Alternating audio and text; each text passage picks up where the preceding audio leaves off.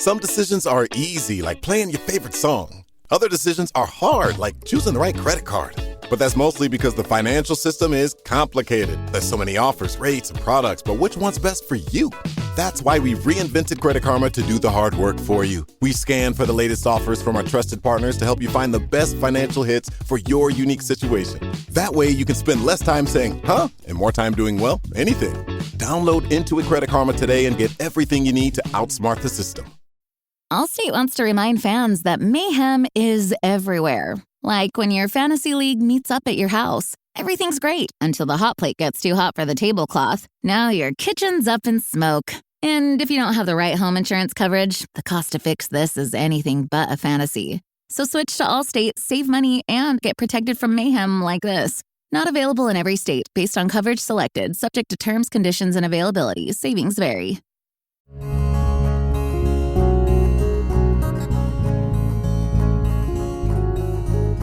Welcome to the Casting Across Fly Fishing Podcast. I'm Matthew of castingacross.com, where I explore the quarry and culture of fly fishing. Castingacross.com, it is nearing its 5-year anniversary. That's pretty exciting. That's a lot of content. 3 content pieces a week for 5 years without fail. Some of them haven't been great, I'll be honest, but 5 years is still pretty exciting, and you are a major part of that. I mean, I do the writing, I do the talking, but you do the listening, and you do the reading, and so I appreciate that, and I appreciate when you let me know what you think about what I say and what I write, so keep that coming. And those ratings and reviews on iTunes, those are also very, very helpful. But all right, enough small talk. Got to get into it because this week there's a lot to talk about, even though I'm not doing a traditional episode. I'm not talking about one subject. I have a few mini subjects, and I should probably do this more often because it's a little bit more fast-paced and it touches on a few different things and hopefully has a broad appeal. But in the last few days, I've been thinking about what I want to talk about this week on the podcast. There's been a few subjects that didn't seem to warrant an entire 20-25-minute episode, but I thought would be worth at least talking about for a few minutes. So I actually have a list of 1, 2, 3, 4, 5, 6 things. We'll see how many we get through, and the other ones will just stay in the hopper, and I will return to them whenever I see fit. But the first thing I want to talk about is, just bear with me, coronavirus, COVID-19. Not going to talk science, not going to talk politics. Well, I'm going to allude to politics, but only in a negative way, if it makes you feel any better. But coronavirus. So politicians will say, don't let a good crisis go to waste. And oftentimes that is used in a divisive and negative connotation. But I think there is a kernel of truth in that, in the sense that when you go through something difficult, it is incumbent upon you. It is necessary to say, what did I learn from this situation? And I am a firm believer, I will state this with all the credibility I have, that every difficult situation has something that you can learn from it. And I will state that even up to the point of the death of somebody very close to you. There's something that you can learn from that. My life, my job, what I do depends on the reality that we can learn from difficult situations. So, all right, very, very heavy, but bringing it back to normal, the reality is the majority of us have not been affected unto death by the last 6 months, but we have had to ask a lot of difficult questions. So, big picture, hopefully you've gained some perspective on a lot of different things. Life, values, priorities, family, health, the fragility of our daily existence. But that's not what we're here to talk about. Let's break it down into a very derivative sense. Fly fishing. So hopefully fly fishing can kind of be a little microcosm of the bigger questions that you are asking and thinking about. So what have you been doing this last 6 months? Have you been fishing more? Have you been fishing less? I know I've been fishing less, but it has nothing to do with coronavirus. It has everything to do with my dumb foot being jacked up for the last 3.5 months now. But prior to that, while the weather was getting warmer, I was anticipating a summer full of fishing just because of the freedoms that have been afforded based on our current climate of things being unavailable to do other than being outdoors. So I've been outdoors a lot. It's just not been exactly the way I anticipated, but that's okay. And you could actually make the argument that this injury has granted me a lot of perspective as I've been thinking about myself and my family and my priorities and my fishing. So Have you been doing less fishing because of this? And what does that say? What are your thoughts about fishing in the outdoors? Have you allowed fly fishing, hiking, kayaking, canoeing, camping, walking, trekking, bird watching, whatever? Have you allowed those good things, those good pursuits that you have to minister to your soul? Have you allowed those things to be a treatment for the peripheral maladies that have come from the pandemic? Have you allowed those things to do that? And as I've said before, I don't think fly fishing is capital T therapy. It's not. If you need capital T therapy, go get capital T therapy. I don't think fly fishing is capital M medication. If you need that, then you need to go to a doctor who can actually prescribe that for you. However, in tandem with those things, or if your presentation of your symptoms, for lack of a better term, isn't super severe, then getting outdoors can be very, very helpful. A great example. Just sitting in front of the computer for a long time today, doing a lot of different things, some heavy conversations across my desk with some people in different circumstances. And I went outside to pick up a piece of trash I saw fluttering across the parking lot here where I work. And I took the long way, and I lingered a little bit, but it was good. It was excellent. It was nice, just breathe fresh air. It's a beautiful, 74-degree, partly cloudy day. And there's some truth and value to that. Back when I was, before I was in ministry, I was in social work. And that was one of the things that if I could get people to take walks, even in an urban situation, but get outside and get fresh air, it did so much for them. And so that's something that you've seen, and outdoor companies, even within fly fishing, have been marketing and pushing that. And that's fine. That's great. Good for them. If they want to sell their rod, their reel, their jacket, their canoe, their shoes by saying that getting outside will help you, I agree. Go for it. You don't need to buy their stuff, but getting outside will help. So have you allowed your passion for fly fishing or whatever other outdoor passions that you have you allowed those things to be some treatment in a very difficult time? Or have you allowed fear to get the best of you? Now, there's certainly things to be afraid of and things to have a fear of, but I would solidly put this coronavirus thing in the healthy fear. You don't want to do dumb stuff. You don't want to go lick doorknobs. You don't want to go, downtown New York City 5 months ago. I mean, those are healthy fears, but I don't need to be afraid to take my kids to the local stream. I don't need to be afraid to go to the fly shop and, take the proper precautions as I go in. I don't think you need to be afraid either. Of course, if you have pre-existing conditions and you live in a place that's been hit especially hard, then that is a totally different set of circumstances. But are you leaning too heavily into the fear, or are you leaning into the wonder of creation and your enjoyment of it to be a respite and a little bit of a truly a recreation and a rest during this difficult time? Where are you with that? Hey, if you have thoughts on that, if you want my take on your take, then shoot that over my way. That I'd love to have that conversation or the email back and forth. And if what you have to say I think could be helpful, I'll absolutely share it in an upcoming episode of the podcast with everybody. Matthew@castingacross.com is the best way to do that. All right, so first thing is that. Second thing is I told you practical fishing thing. So this is going to talk kind of theory and then morph into practical. Ready? It is fall. This is being recorded on the 17th of September in the year of our Lord 2020. It's fall. Go fishing. Go fishing now. Do you want a sad story? All right, so I don't read the regulation book cover to cover every year. For my states, I buy licenses for Maine, or Massachusetts, New Hampshire, Virginia, Pennsylvania. Spend a lot of money on fishing licenses, but I don't get those because they don't give you the pretty full color books anymore. It's all online. If you buy online, I tend not to read them. So I had assumed that this little brook trout stream that I absolutely love to fish, my favorite brook trout stream, and it's located in a place I will not tell you, but it is my favorite brook trout stream, and it's very close to my house.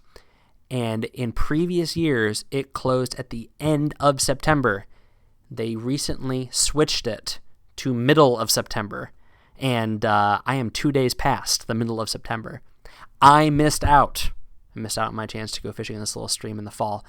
It is what it is. I'm not going to poach. I'm not going to do anything illegal, but I missed out on an opportunity. And that reminds me of how I will feel a month from now if I miss out on other opportunities for other streams that are open and available for fly fishing today and next week and up until the end of September and up to the end of October. You don't know what you got till it's gone, as Cinderella, not the princess, but the band, once sang. You don't know what you got till it's gone. And I remind myself of that every November when I feel like, you know what, there are some options, but I missed out on taking advantage of all those other options. So every mid to late fall, I try to remind myself, and I'm reminding you to go, get out. I know that football's on. I wrote this article last week, and I talked about on the podcast about fly fishing or football. There's going to be a lot of football on a lot of really, really cold, rainy, snowy, nasty Saturdays and Sundays coming up. Lean into those days for your football fixes. Go fishing today. I implore you. I want you to do that. So again, check the regulations of where you are. I mean, don't assume that just because you've been fishing there all summer, you can keep fishing there through the fall. But there are a lot of places that the populations of trout are not spawning in the fall, and the regulations allow you to fish in the fall. So go fishing and make plans to fish. I mean, even when it's chilly, and I think I've talked about this. Yeah. There's a podcast episode about how I dress for winter and late fall fly fishing. Get out there, make plans to do it.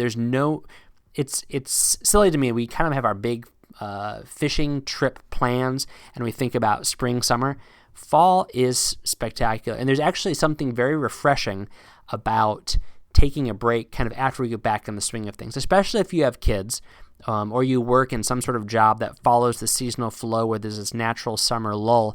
You're getting back into it in September. Taking a little bit of a break, whether even if it's just a long weekend in October, even just getting away for a couple days in October or November, that is going to be very, very good for you after 6 weeks of intensity following a summer of just craziness as we've had these last few months.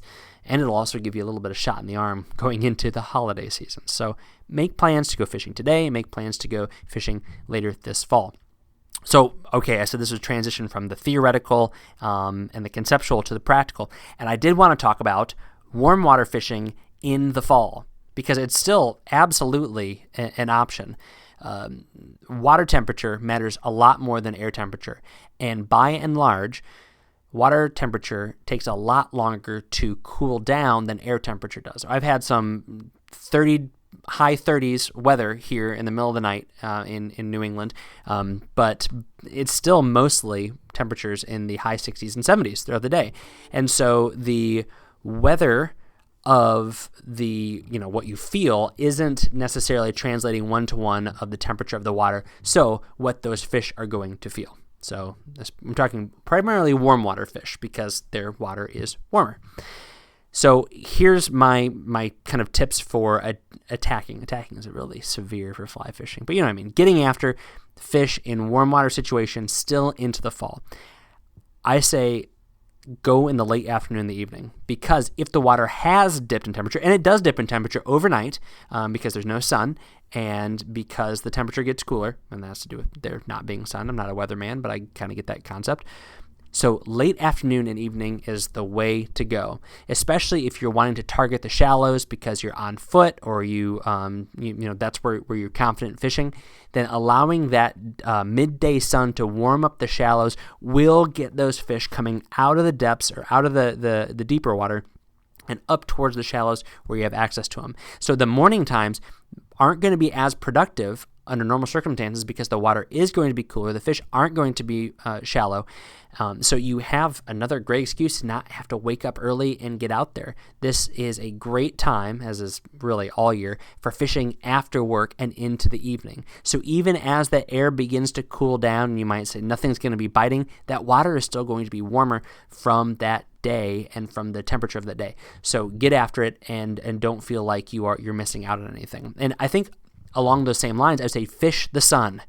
If there has been half of a pond that has seen more sun exposure because the sun is lower in the horizon and there's half of the pond that's gotten shade, then fish the half of the pond that has gotten more sun. We don't often think about fishing the sun. I think I've talked about fishing the sun for fishing hatches and things like that in trout streams, but in warm water situations, especially in the fall and the springtime, you can make the same argument, and even in the winter for places where you have open water, fishing the sun is a very, very productive way to go after it, because that not stream bottom, but the lake bottom or the pond bottom will warm up and it will retain more heat than the side of the body of water that isn't getting that sun. And of course, any body of water isn't going to be one consistent temperature, bank to bank, top to bottom. So an easy way, without breaking your thermometer out, to find that warmer water and to know where you should target it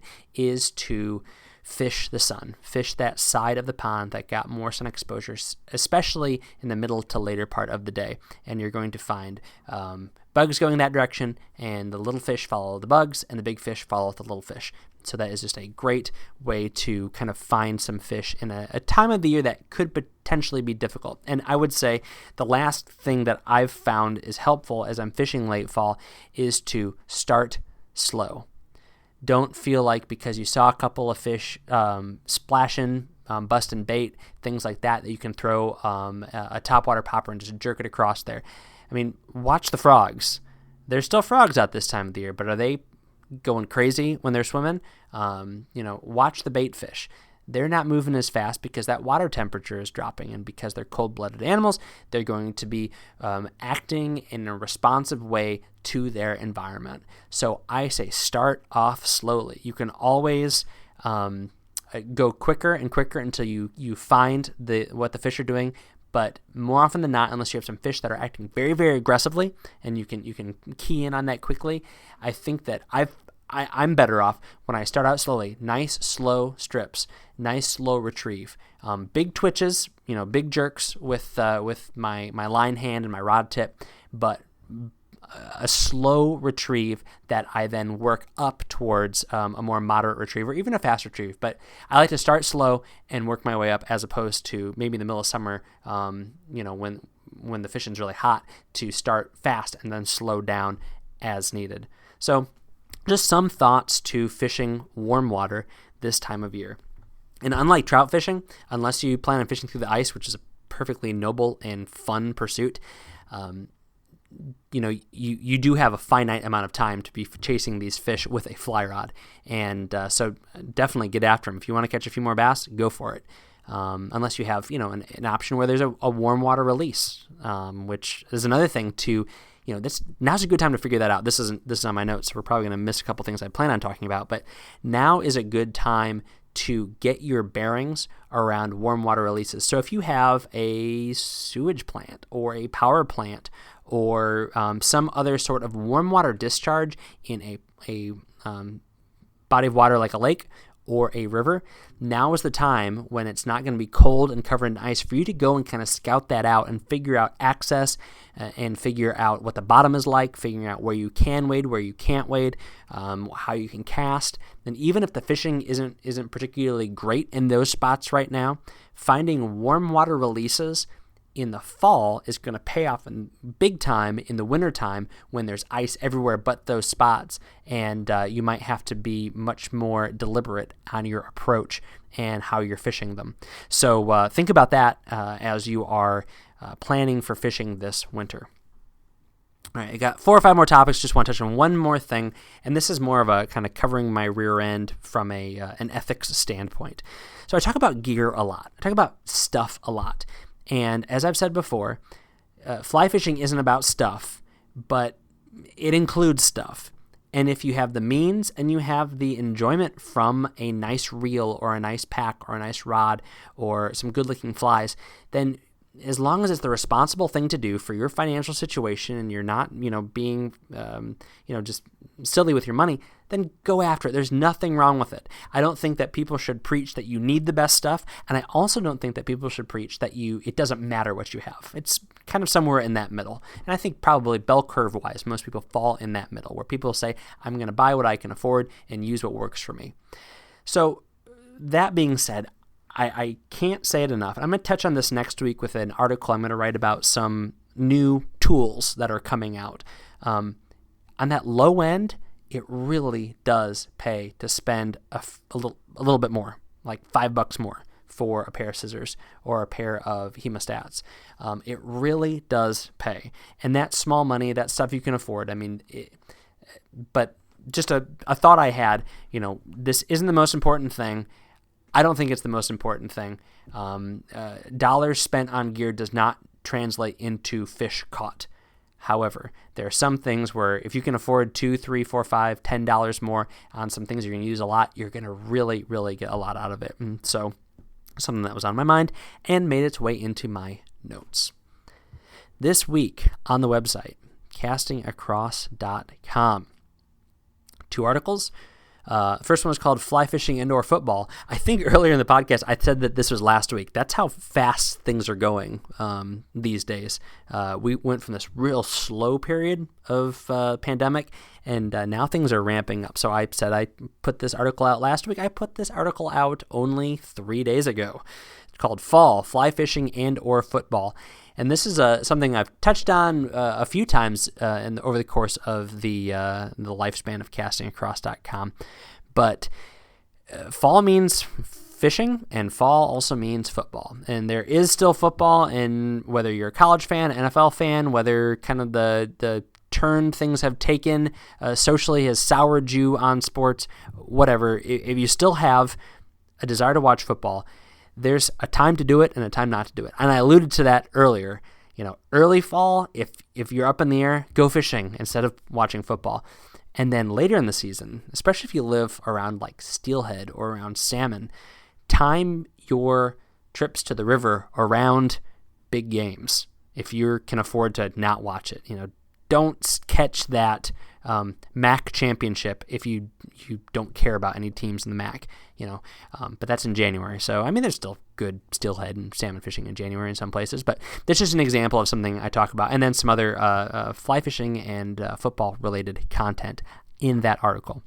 And then my midweek article was called Long Journeys Through Dark and Deep Places. Long Journeys Through Dark and Deep Places. It's about saltwater fishing at night from the shore. So surf fishing with a fly rod. This is a different style of writing, and this is something where people have read it. I'm looking at the numbers right now, and there's a good amount of people have read it, but it's just a different style of writing. It's the kind of writing I don't usually do, but you know what? I thought I would give it a shot. It's a very sensory type of writing. It's a little bit more artsy, so it's not my jam. It's not my usual style. Probably could use a lot of refining and critiquing and things like that, but I just thought it would be something different to do, and it might be something that resonates with you or somebody that you know who is into fishing or not into fishing. So I would encourage you to check that out. It's called Long Journeys Through Dark and Deep Places, and it's a really, really short read. It's probably one of my shorter articles in recent memory. This week's recommendation is actually how to listen to this podcast. Which, I mean, if you're listening to it, you're already listening to it. But there's another way to listen to it now. Amazon Music, which you don't get with Prime. I guess actually you do get some of it with Prime, but you don't get the full suite of it with Prime. You have to pay a few more bucks, but it's what I've chosen to do for my listening to music on my phone or on my computer at home or whatever. I know there's a lot of other options out there. I've just chosen this one kind of arbitrarily, but they have podcasts now. That's what I'm getting to. They have podcasts now. So you can subscribe to the Casting Across Fly Fishing podcast through Amazon Music. So that's a new thing as of this week, which if you're already listening to me on whatever platform you're using, you don't need to change one bit. But if you prefer to use Amazon Music, then you can do it that way also. Whatever is most convenient to you. Or if you know somebody who really listens to that all the time at their desk at work, whatever, then please go ahead and recommend Casting Across Fly Fishing to them. And then they can listen to me also. And y'all can talk about what you disagree, why you think that you shouldn't go fly fishing in the fall, or why you shouldn't spend money on gear, or maybe even more positive things than that. I do really appreciate all of the encouragement that I receive via email and message, and all the recommendations that folks make. Everything from people mentioning me on their websites and on their podcasts to just the back and forth on the stream. And I hear about that, and I am thankful, and I do appreciate it. Thanks for listening to the Casting Across Fly Fishing Podcast. Please subscribe in your favorite podcast app and rate the podcast in iTunes. Then head over to castingacross.com, where you'll find more info on this podcast and 3 posts a week on the people, places, and things that go into the pursuit of fish.